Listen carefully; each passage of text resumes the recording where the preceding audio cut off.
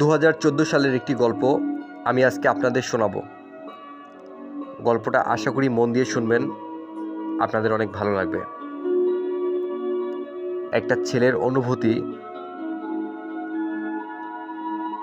সে চেয়েছিল এই গল্পটা স্মৃতির পাতা হয়ে থাকুক, তাই আজকে 14 বছর পর তাকে মিস করতেছে। আচ্ছা, কোনো রিলেশনশিপ অথবা কোনো বিবাহিত সম্পর্কের মধ্যে যখন বিচ্ছেদ হয়, তখন আমরা এই চিন্তাটা সবথেকে বেশি করি। ভুলটা মনে হয় আমার ছিল বেশি। আজকে আমার ভুলের জন্য আমি এত বড় শাস্তি পাচ্ছি। আসলে সত্য কথাটা এবং সত্য ঘটনাটা বেশ কিছুদিন লুকিয়ে রাখা যায় না। হতে পারে 1 বছর অথবা 2 বছর, তারপর সামনে আসবেই। ছেলেটার বাড়ি ছিল মাদারীপুরে আর মেয়েটার বাড়ি ছিল বরিশাল। ছেলেটা মেয়েটাকে ভালোবেসে সুখ পাখি বলে ডাকতো, আর মেয়েটা ছেলেটাকে আদর করে পেঁচা বলে ডাকতো। তাদের শুরুটা হয় কোনো এক বিয়ের অনুষ্ঠানে। ছেলেটার বাড়ির পাশে মেয়েটার বোনের বিয়ে হয়। হঠাৎ একদিন ছেলেটা মেয়েটাকে দেখে এবং তাকে প্রচণ্ড ভালো লাগে। এতটা ভালো লাগে যে সে কিছুক্ষণের জন্য থমকে যায় তাকে দেখে। তারপর সে অনেক চেষ্টা করলো তার সাথে একটু কথা বলার জন্য।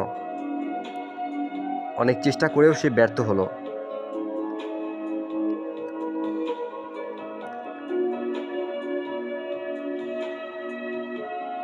এবং মেয়েটার সাথে কোনোভাবেই যোগাযোগ করতে পারলো না, এমনকি কথা বলতেও পারলো না।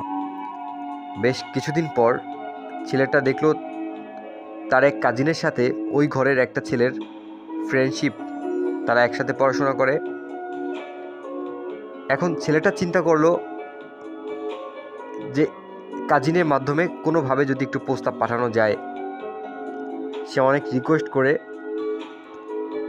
ওই মেয়েটার সাথে কথা বলিয়ে দেয়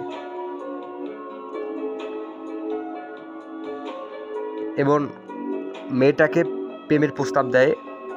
মেয়েটা সাথে সাথে রিজেক্ট করে দেয়। তারা ফ্রেন্ডলি কথা বলতে থাকে। আস্তে আস্তে তাদের মধ্যে একটা ভালোবাসার সম্পর্ক তৈরি হয়। খুব সুন্দর ছিল তাদের রিলেশনশিপ। একে অপরকে অনেক ভালোবাসতো। দেখতে দেখতে 2 বছর পার হয়ে গেল। ইতিমধ্যে তারা চিন্তা করলো তারা একটা বিয়ের সম্পর্কে আবদ্ধ হবে, যাতে পারিবারিকভাবে পরবর্তীতে কোনো ঝামেলা না হয়। এর কিছুদিন পর ছেলেটা বিদেশে যাওয়ার জন্য অনেক দৌড়াদৌড়ি করলো।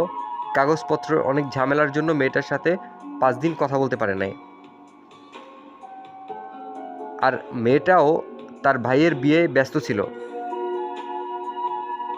একদিন ছেলেটা বিদেশে যাওয়ার ক্যান্সেল হয়েছে এই কথাটা মেয়েটাকে বলল।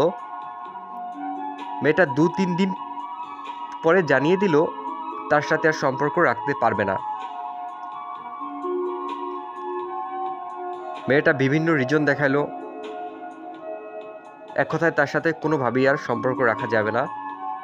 ছেলেটা ভেঙে পড়লো, কান্নাকাটি করলো। অবশেষে ছেলেটা নিজেকে দোষী সাব্যস্ত করলো।